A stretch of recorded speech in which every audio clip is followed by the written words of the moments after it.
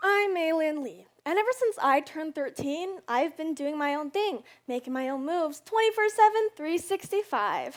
Hello everyone, I'm Rosalie Chiang, and you may have heard those words in Disney and Pixar's Turning Red. Now, getting there has been quite the journey, with a lot of ups and downs, with a lot of nights of me crying myself to sleep.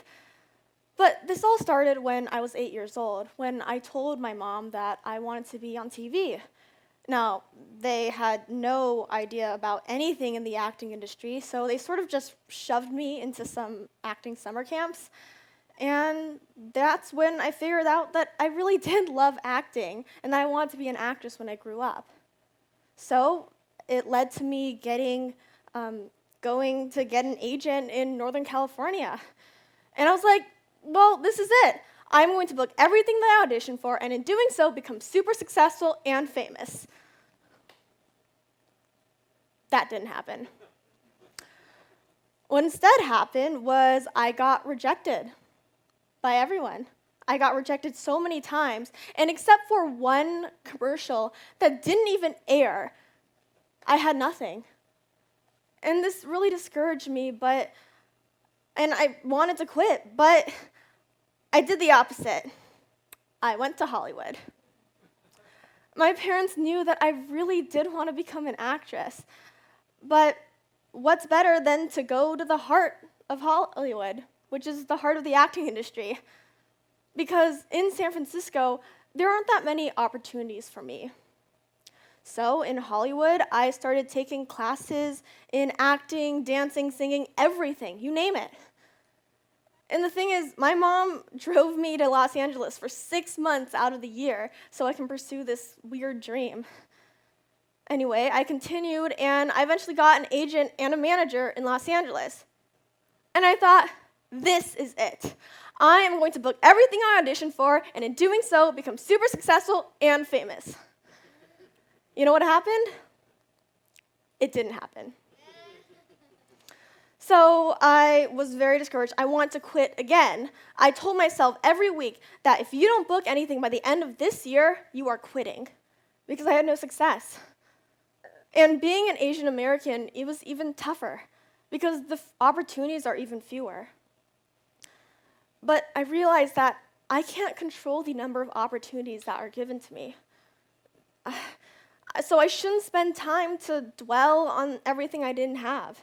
Instead, I should focus on what I can control, which is my work, my craft, my acting. So when that opportunity does come, I'll be completely ready for it.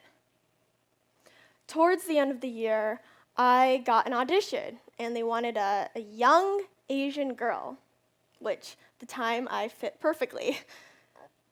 I booked it. It was one commercial, and it shot for one day, and that was it. You may have seen me on TV. It aired so many times, I don't know why. But I was like, this is going to give me hope, and I might actually succeed in this. The next year, the same thing happens. I get rejected many times, except this time I start taking voiceover classes from a voiceover coach and auditioning for voiceover jobs. And that, at that time, didn't really help.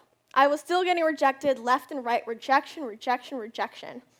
And I told myself again, if I don't book anything by the end of this year, I am quitting. 9 months later, after the first voiceover class I took, my San Francisco agent tells me that I have an audition for Pixar, and they want an Asian girl. I didn't think I had a chance. I thought, this is just another audition from a big studio that I won't have a chance in, because that was what was happening every single time. I auditioned for many big companies in Los Angeles, but I never heard back from any one of them. And so I thought, okay, just another audition, oh well. But I thought differently for this one. I thought, you know what? This is what I've been working for. I'm prepared for this. Because I've been waiting for opportunities, I just work hard till they come. My mom said, oh, just do your best. It's okay, no matter what happens. So I did. I spent all night recording that audition and only finished at 1 a.m. in the morning. And I was satisfied with it. I'm just going to send it off and see what happens. A few days later, I get an email. They said I got a call back. And I was like, oh, okay. The enormity only hit me when my dad and I are driving up to the Pixar Animation Studios entrance. Angels were singing, it was glowing, it was gorgeous, it was glorious. And I thought, oh my gosh, this is a big deal. This is Pixar. There, I met Domi Shi, and she's the director of Turning Red, and she told me that this would be a lead role for a potential upcoming Pixar movie. And I was like, oh, I have a chance. This is a callback for a lead in a Pixar movie. That's unimaginable. I didn't think I would have this opportunity. I did the callback, and I thought it went great.